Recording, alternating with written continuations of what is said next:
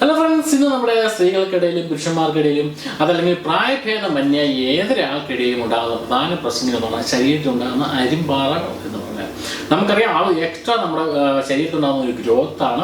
പക്ഷെ നമ്മളത് പ്രത്യേകിച്ച് അതിന് നമുക്ക് വലിയ ദോഷമൊന്നുമില്ലെങ്കിലും നമ്മളത് ശ്രദ്ധിക്കാതിരുന്നാൽ ശരീരത്തിൻ്റെ പല ഭാഗങ്ങളിലേക്കായിട്ട് ഇത് പടരാൻ വളരെയധികം സാധ്യതയുണ്ട്. അതോടൊപ്പം തന്നെ ചില സാഹചര്യം നമുക്ക് കൈകളിലൊക്കെ ആണെങ്കിൽ നമ്മളെവിടെയൊക്കെ പോയിരിക്കുവാണെങ്കിൽ നമുക്ക് പലർക്കും അതൊരു ബുദ്ധിമുട്ടാകുന്ന രീതിയിൽ നമുക്ക് ഫീൽ ചെയ്യാറുണ്ട്. എന്നാൽ ഇന്നത്തെ എപ്പിസോഡ് വളരെ ഈസി ആയിട്ട് നമുക്ക് ഈ ഒരു അരിമ്പാറ കളയാനുള്ള സിമ്പിൾ മാർഗ്ഗമാണ്. ഓക്കെ, അപ്പോൾ എന്തായാലും അതിനായിട്ട് ഞാൻ ഉപയോഗിക്കുന്ന മെയിൻ ഇൻഗ്രീഡിയൻ്റ് ഈ കാസ്റ്റർ ഓയിൽ എന്ന് പറഞ്ഞ ഓയിലാണ്. ഇത് നമുക്ക് എല്ലാ മെഡിക്കൽ ഷോപ്പിൽ നിന്ന് മേടിക്കാൻ കിട്ടുന്നതാണ്. എനിക്ക് തോന്നുന്നു ഇതിന് മലയാളം എന്ന് വെച്ചാൽ ആവണക്കെണ്ണ എന്നാണ് ഇതിന് മലയാളം. ഓക്കെ, അപ്പോൾ ഇത് നമുക്ക് വളരെ സിമ്പിളായിട്ട് മേടിക്കാം. ഇതുവഴി ഈസി ആയിട്ട് നമ്മുടെ എല്ലാ തരത്തിലുള്ള അരിമ്പാറുകളും 100% കളയാൻ സാധിക്കും. ഓക്കെ, അപ്പോൾ ഇനി ഒട്ടും താമസിക്കേണ്ട അതിലേക്ക് ഇറങ്ങാം. അതിനു മുമ്പ് welcome to my channel. I am Joby Weilanger.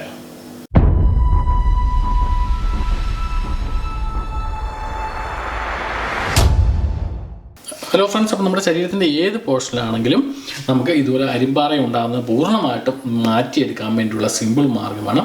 അപ്പോൾ എന്തായാലും അതിനായിട്ട് നമ്മൾ ഉപയോഗിക്കുന്ന ഫസ്റ്റ് ഇൻഗ്രീഡിയൻറ്റ് അല്ലെങ്കിൽ മെയിൻ ഇൻഗ്രീഡിയൻറ്റ് എന്ന് വെച്ചാൽ കാസ്റ്റർ ഓയിലാണ്. ഈ കാസ്റ്റർ ഓയിൽ എന്ന് വെച്ചാൽ നമ്മുടെ നാട്ടിലെ എല്ലാ മെഡിക്കൽ ഷോപ്പുകളിലും ഇത് മേടിക്കാൻ കിട്ടും. അതോടൊപ്പം തന്നെ ആയുർവേദ ഷോപ്പിലൊക്കെ മേടിക്കാൻ കിട്ടും. ഇതുപോലത്തെ ചെറിയൊരു ബോട്ടിൽ ഏകദേശം 30 രൂപ മാത്രമേ ഉള്ളൂ. അല്ലെങ്കിൽ ഇതിലും ചെറിയ ഇത് 15 ml ബോട്ടിലാണ്. നിങ്ങൾക്ക് 10 ml ഒക്കെ ബോട്ടിൽ കിട്ടും. കാരണം അതിനും വില കുറയും. 10 രൂപ 20 രൂപ ഒക്കെ കിട്ടുള്ളൂ. വളരെ അധികം ഗുണമുള്ള ഒരു സാധനമാണ് ഈ കാസ്റ്റർ ഓയിൽ. അതായത് നമ്മുടെ ആവണക്കെണ്ണ എന്ന് വേണമെങ്കിൽ പറയാം. ഓക്കെ, അപ്പോൾ എന്നാൽ ഈ ഒരു ഓയിൽ ഒരല്പം നമുക്ക് എടുക്കാം. ഇത്രത്തോളം ഒരല്പം അധികം വേണം, നമുക്കൊരല്പം മതി. ഇത്രത്തോളം 2 അല്ലെങ്കിൽ 3 ഡ്രോപ്പ് നമുക്കെടുക്കാം. ഇനി വേണ്ട നെക്സ്റ്റ് ഇൻഗ്രീഡിയൻ്റ് എന്ന് വെച്ചാൽ നമ്മുടെ സാധാരണ ചുണ്ണാമ്പാണ്.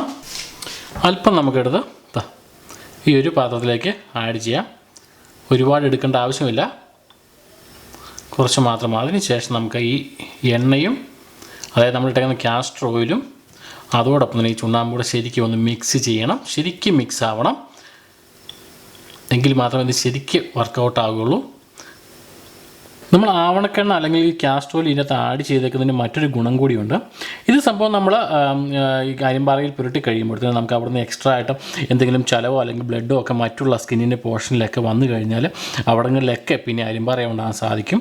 അപ്പോൾ അത് നമുക്ക് പൂർണ്ണമായിട്ട് ഒഴിവാക്കാൻ വേണ്ടി സാധിക്കും. അത് ഇത് കറക്റ്റായിട്ട് ആ ഒരു സ്പോട്ടിൽ വെച്ച് കഴിഞ്ഞാൽ മറ്റുള്ള ഏരിയയിൽ സ്കിന്നിൻ്റെ മറ്റുള്ള ഏരിയയിലൊന്നും ഇതിൻ്റെ ബ്ലഡോ കാര്യങ്ങളോ ഒന്നും വന്നാൽ പോലും സ്പ്രെഡ് ആവാതിരിക്കാൻ നമ്മളെ ഹെൽപ്പ് ചെയ്യും. ഓക്കെ, അപ്പോൾ ഇതുപോലെ ശരിക്കും മിക്സ് ആയ ശേഷം ഇനി ഡയറക്റ്റായിട്ട് നമുക്കിത് ഉപയോഗിക്കാവുന്നതേ ഉള്ളൂ.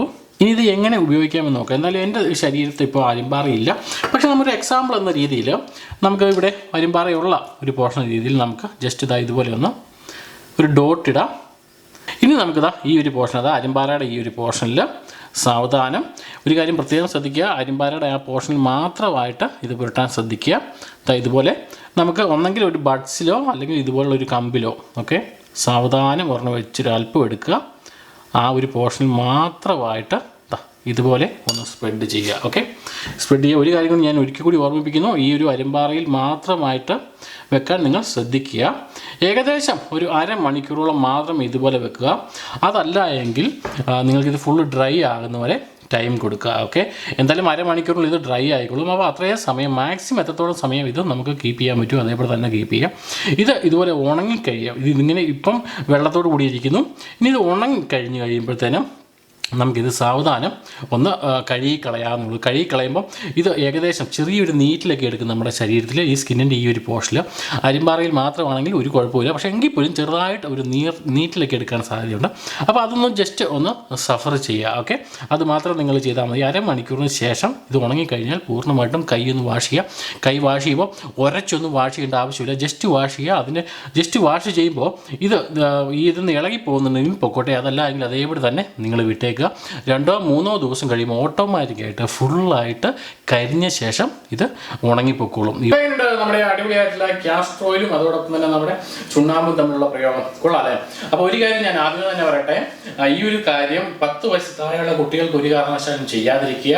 അതോടൊപ്പം തന്നെ നമ്മുടെ കണ്ണിൻ്റെ ഏരിയയിലൊക്കെ നിങ്ങൾക്ക് കരിമ്പാറയോ കാര്യങ്ങളുണ്ടെങ്കിൽ ഈ ഒരു കാര്യം ഉപയോഗിച്ച് ചെയ്യാതിരിക്കുക. കാരണം കണ്ണൊക്കെ പറഞ്ഞാൽ നമുക്ക് വളരെ സെൻസിറ്റീവ് ആയിട്ടുള്ള ഏരിയ ആണ്. അപ്പോൾ ഇത് വെച്ചൊന്നും ചെയ്യാതിരിക്കുക. ഓക്കെ, ബാക്കി എല്ലാ കാര്യങ്ങളിലും നമുക്ക് ഈസി ആയിട്ട്, ബാക്കി എല്ലാ സ്ഥലങ്ങളിലും ഈസി ആയിട്ട് നമുക്ക് ഇത് ഉപയോഗിക്കാമെന്നുള്ള 100% വർക്കൗട്ട് ആവുന്നുള്ള കാര്യം സംശയമില്ല. ആകെ കാഴ്ച അപ്പോൾ കണ്ടതോ മനോഹരം കാണാൻ പോകുന്നത് മനോഹരം. നമുക്ക് കാണാൻ മറ്റൊരു എപ്പിസോഡിൽ മറ്റൊരു വിഷയവുമായി ഞാൻ വരും. നിങ്ങളുടെ സ്വന്തം ജോബി വാര്യങ്ങൾ. ദൂരേക്കും ഷോർട്ട്.